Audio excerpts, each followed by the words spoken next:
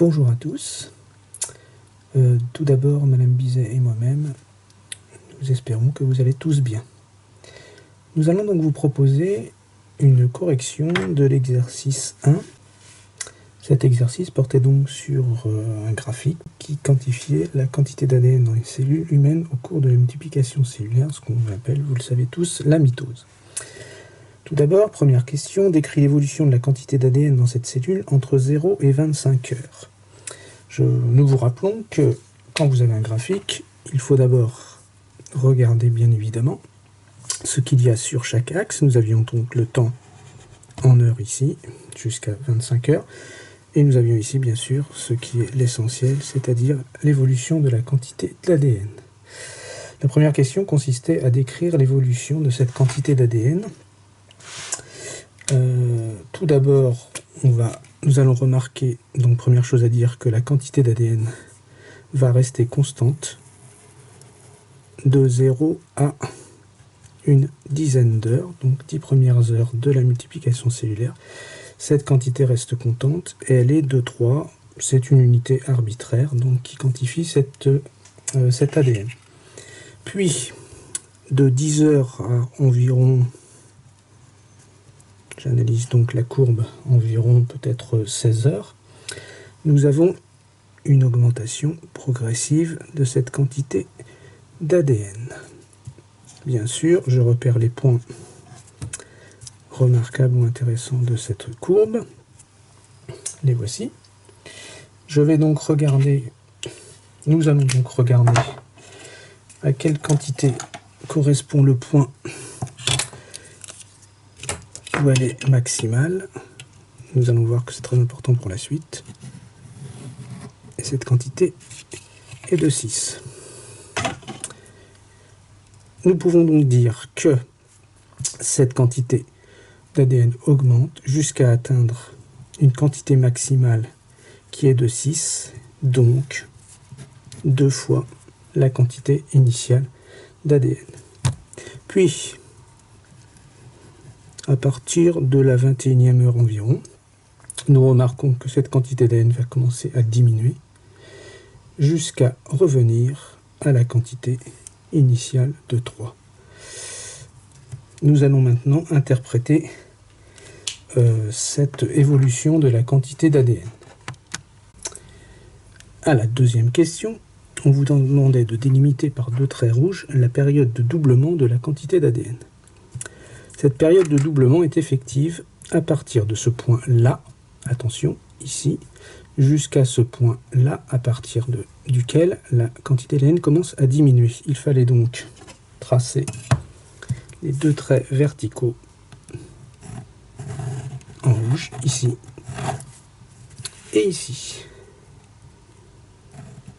Voilà cette période de doublement de la quantité d'ADN. Question 3. On vous demandait, au cours de la multiplication de cette cellule, de situer le chromosome avec la forme que vous deviez décrire ici. Donc, réponse à la question 3.1. Ce chromosome ou ces chromosomes ont une forme double, tout simplement. C'est-à-dire, cette réponse pouvait suffire, forme double, c'est-à-dire qu'il est constitué d'un deuxième filament d'ADN, copie du premier ici, ou là. 3.2, indiqué par une flèche sur le graphique au niveau de la courbe, à quel moment de la mitose on peut observer les chromosomes avec cette forme. Puisque ces chromosomes sont constitués d'un double filament d'ADN, bien évidemment, il fallait aller situer ces chromosomes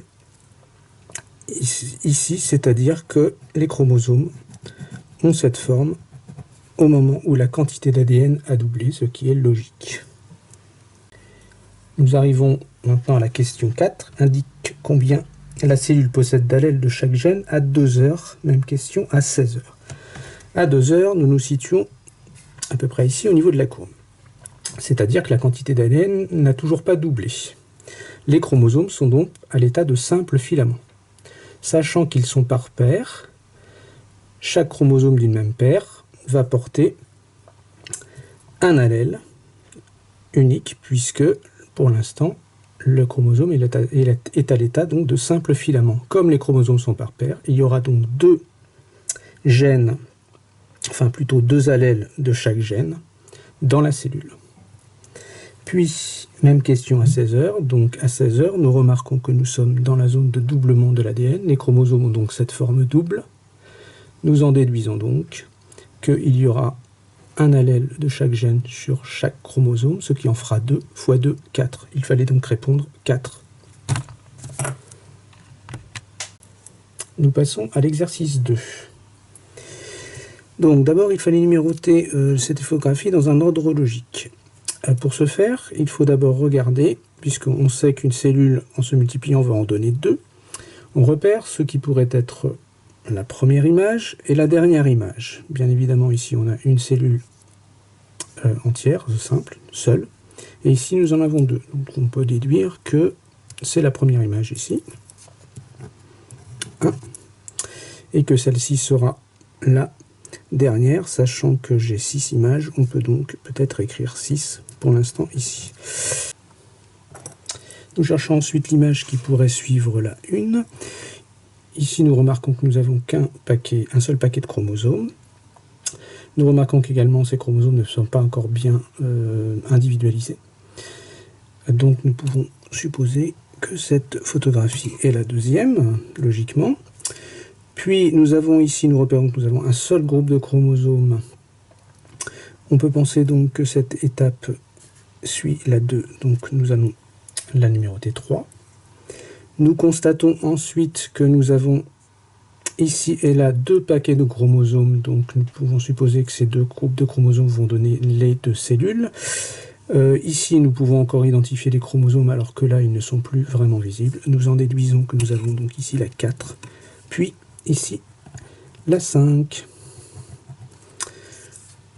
Voilà, l'étape où l'on observe clairement les chromosomes dupliqués. Vous savez donc que les chromosomes dupliqués ont cette forme-là.